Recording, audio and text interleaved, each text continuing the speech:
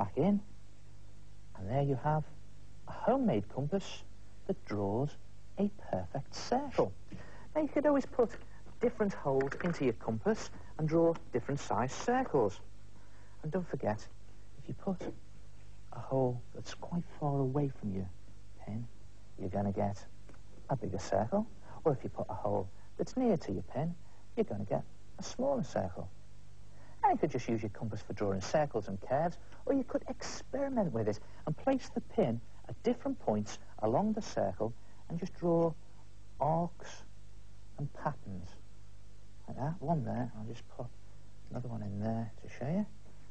There goes, putting the pencil in, just hold it in place, and across you go. As you go across the whole of your circle, doing arcs and patterns, when you've finished, it looks like this. And you could always colour it, like this. Try it yourself. A homemade compass. Oh, that is a very simple but effective idea. You know, I did one, and I took hours and hours going round and round and over and over it. You want to see it? I wonder if I should have moved the pin.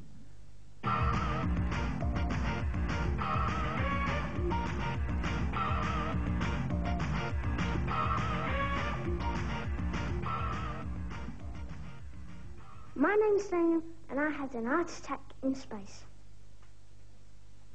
Hello, my name's Stacey. To do my picture, I used white paint for the stars. Then I cut out some planet shapes and put them over the top. Hello, my name is Ross. I've made my space picture by cutting out and sticking on planets which I colour with different shades of paint. Oh, fantastic pictures. A sort of space attack. Now, if you get this just right, you can create the feeling that your picture is actually travelling through space.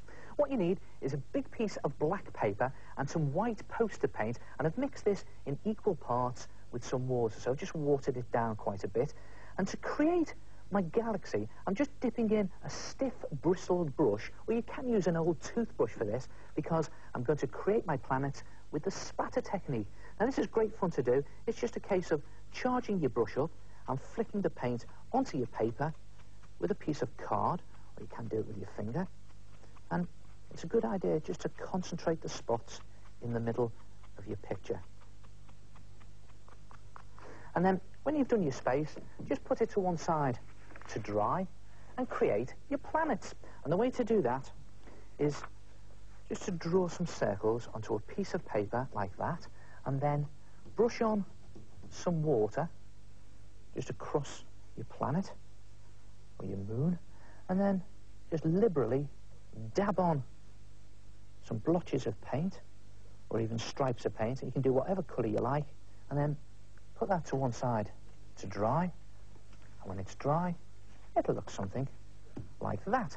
And when your space is dry, bring that back in. That's just a case of plopping your planets on top of your space. I've got some coloured ones here. As I say, you can use different colours. I just did a grey one for the moon. And it's a good idea to put the smaller ones in the middle of your picture. Again, it helps with that feeling of travelling through space. I think that'll do it. Now, as for the spaceship itself, what about using this stuff? Kitchen foil.